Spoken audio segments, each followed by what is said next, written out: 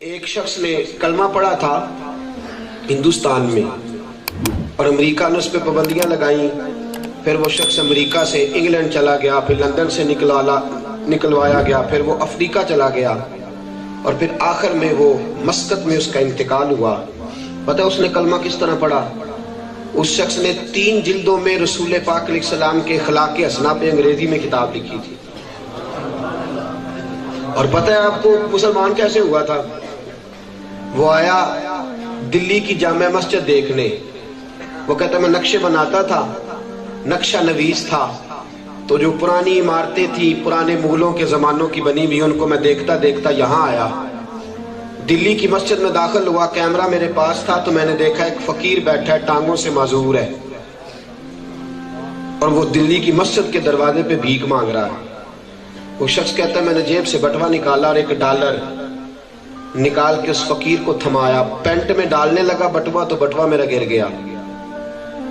میں اندر گیا, مسجد کے سارے دروازے دیکھے اور جہاں سے مجھے جو چیزیں چاہیے تھی ان کی میں نے فوٹوز بنائی اور میں چلا گیا کسی اور دروازے. اب وہ فقیر نے بٹوا اٹھایا اور اٹھا کے وہ ٹٹولنے لگا کہ وہ شخص کدھر گیا جس کا بٹوا گرا. کہتا ڈھونڈتا رہا لیکن ملا نہ, کسی اور دروازے سے گزر گیا. وہ شخص کہتا 6 مہینے کے بعد میں دوبارہ پھر مسجد میں کچھ تصویریں اور لینے کی ضرورت پڑ گئی, پھر آیا تو فقیر دروازے پہ بیٹھا ہے. جب میں نے اندر قدم رکھا تو جھٹ سے اس نے کہا مجھے جانتا بھی نہیں, ترجمان میرے ساتھ تھا. کہنے لگا صاحب جی بٹوا گر گیا تھا, پیسے تو پورے کر لو. وہ شخص کہتا ہے میں نے اس شخص کی حالت دیکھی اور پھر میں نے بٹوا کھولا, $1 پورے. دامان توکل کی یہ خوبی ہے کہ اس پر پیبند لگے ہوتے ہیں پر دھبے نہیں ہوتے. ہم بے وقار نہیں باوقار نبی کے غلام ہیں. بھوکا مرتے ہیں پر کسی کے حق پہ ڈاکہ نہیں ڈالتے. کریم رسول کے ماننے والے غلام نے بٹوا دیا. انگریز کہتا میں نے پینٹ سمیٹی, ٹانگیں کانپ رہی تھی, میں اس کے سامنے گھٹنوں کے بل بیٹھ گیا. میں نے کہا یار تو $2 مانگتا ہے سارا دن, تیرے ہاتھ ہزاروں $1 آئے تھے, $1 بھی کم نہیں. تو نے کیوں نہیں استعمال کی اور پھر تو نے چرائے بھی نہیں, گرے پڑے ملے ہیں. تو فقیر اس انگریز سے کہتا ہے دل میرا کیا تھا میں کھا لوں, پر پھر میرے دل میں خیال آیا تو عیسیٰ کا ماننے والا, میں تو محمد کا غلام ہوں صلی اللہ علیہ وسلم.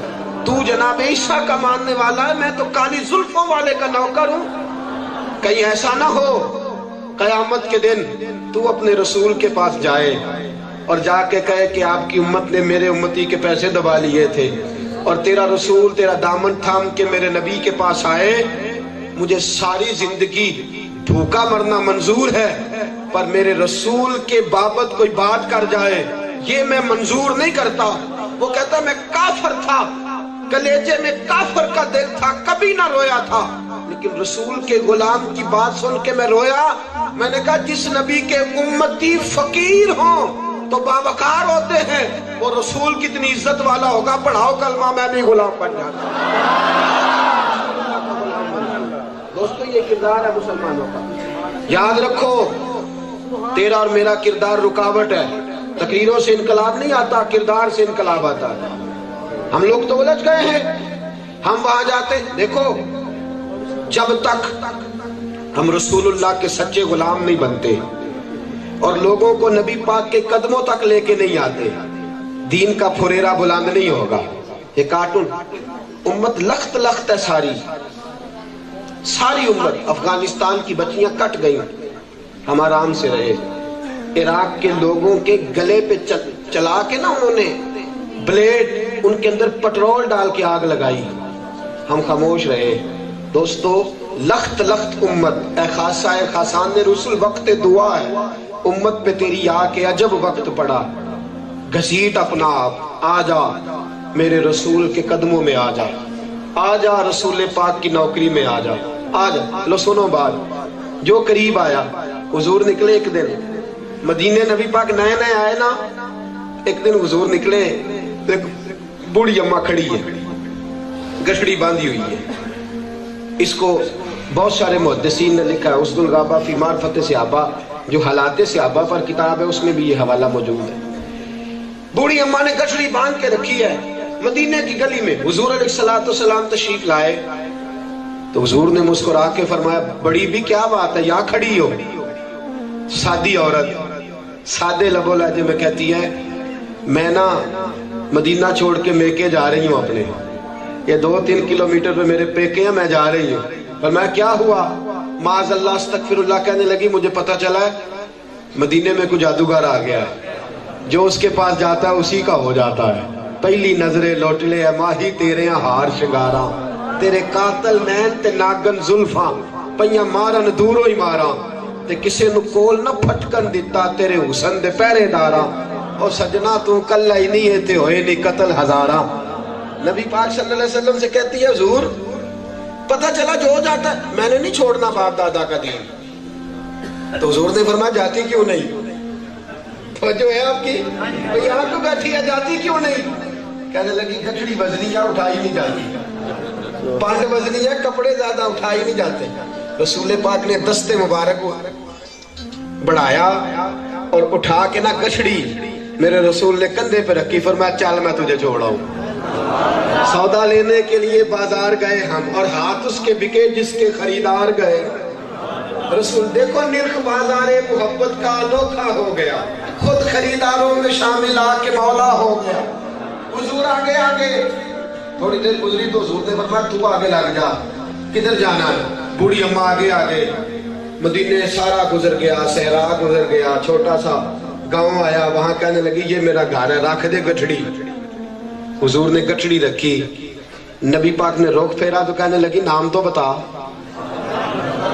حضور نے فرمایا چھوڑ دے اماں تجھے تکلیف ہوگی. حضور نے کہتی ہے نہیں تو کسی بڑی ہی پاک ماں کا بیٹا لگتا ہے, تو نے کسی کریم کا دودھ پیا ہے, تو کسی اعلیٰ ہو. سلام تجھ پہ بھی آمنا, تیرے لال پہ بھی درود ہو, تیری گود کتنی عظیم ہے, ملا جس کو ماہ تمام ہے. کہنے لگی یہ دکھوں کا دور ہے اپنے نہیں کام آتے, تو بیگانہ ہو کے گٹھڑیاں اٹھائے پھرتا ہے. یہ تو تکلیفوں کا زمانہ ہے, سگے نہیں اور تو بیگانہ ہو کے. تیرے انداز بھی بڑے میٹھے ہیں, تیرے رنگ ڈھنگ بڑے نرالے ہیں, سونیا بتا تو صحیح نام کیا ہے؟ حضور نے فرمایا اماں کام سے غرض ہے نا, تیرا کام ہو گیا, نام کو چھوڑ. میرے رسول کریم صلی اللہ علیہ وسلم نے رخ پھیرا تو پیچھے بھاگی, کہنے لگی سونیا بتا تو صحیح, اتنے تیرے میٹھے بول ہیں میں گرویدہ ہو گئی. اور کریمہ بول تو صحیح نام کیا ہے کون؟ حضور نے فرمایا اماں میں وہی ہوں جس سے ڈر کے تو بھاگ رہی ہے, میں وہی ہوں جس سے ڈر کے تو بھاگ رہی ہے. ماں پیچھے گئی, اٹھا کے نہ گٹھڑی تو زور سے پھر اپنے کندھے پہ پھینکی. کہنے لگی میں بھی بڑی پاگل ہوں, اپنی بولی نہ بولوں پنجاب کی. کہنے لگی ممی شدینیاں میں بڑی پاگل ہوں, کس سے ڈر کے بھاگ رہی ہوں؟ قسم خدا کی اگر تو جادوگر ہے تو چلا مجھ پہ جادو, میں بھی تیری زلفوں کی اسیر ہو گئی ہوں, تیرے مکھڑے کی دیوانی ہو گئی ہوں, تیری نوکرانی ہو گئی ہوں. آج سے میں بھی آمنہ کی نوکر اور فاطمہ کی کنیز بن کے گزارا کروں. میں بھی آج سے پوری نوکری کروں گی. میرے کریم رسول جو قدموں کے قریب آیا وہ ہو گیا. ہم رہتے ہیں نا یورپ میں, کبھی کسی کو حضور کی کوئی بات سنائی ہے وہاں؟ ہمیں خود نہیں آتی, پڑھتے ہی نہیں ہم, اور ہیں ہم سمجھدار. سیاست ہمیں ساری آتی ہے, ناراض نہ ہو جائیے گا, پر اگر آپ ہو بھی گئے تو مجھے کوئی مسئلہ نہیں.